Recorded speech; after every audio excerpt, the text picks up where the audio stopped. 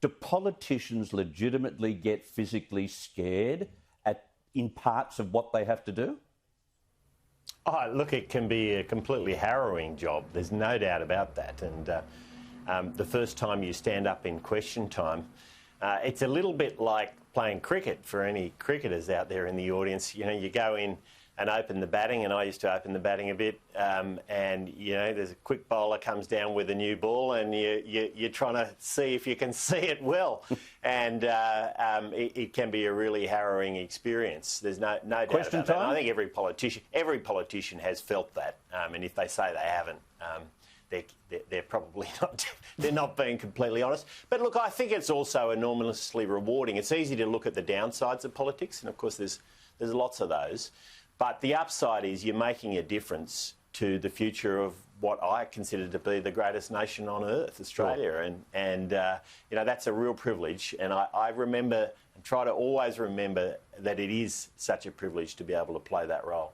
Helen, you're making a difference. Future Women. Tell us about Future Women and the book related to Future Women. You're really looking at people who've done it tough over the years and have given their heart and soul to others.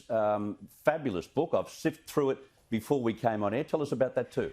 Yes, Future Women is a multimedia platform communicating with women at all different levels, books, podcasts, newsletters. We have a website. We do a lot of stuff live on Facebook and through Instagram and webinars. We do a bit of training and we have a lot of political discussions on that space. And one of the reasons why I set it up was because I believe that there was a conversation that women, professional women from all walks of life wanted to have in a respectful environment. So that's what we were underway doing pre-COVID, and then COVID hit, and we've been having these discussions with Penguin for a while around whether we'd be interested in doing a book.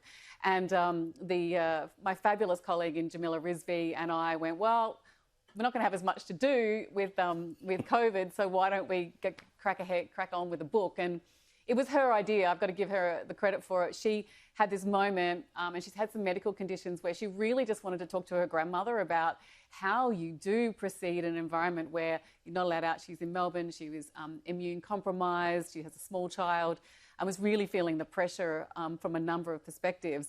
And from that, we went, well, let's go and speak to those generations of women. Let's ask them what it was like. And from that just came this, we got 19 stories in total. They come from all over Australia. Inspiring stories too, really inspiring stories. They're so amazing. And I just say to you, go and ask your grandmother or the lady across the road. And I'm sure Peter Cosgrove has done this by virtue of his job about their life experience, whether you've fled another country, whether you raised a Down syndrome child, whether you escaped a violent marriage. And the resilience of ordinary people, it blows you away, and you don't actually know until you ask. And some of these people, their families didn't even know what they had overcome. And the good news is most of us get through it pretty unscathed, and you know, kind of happy with our lot at the end of life.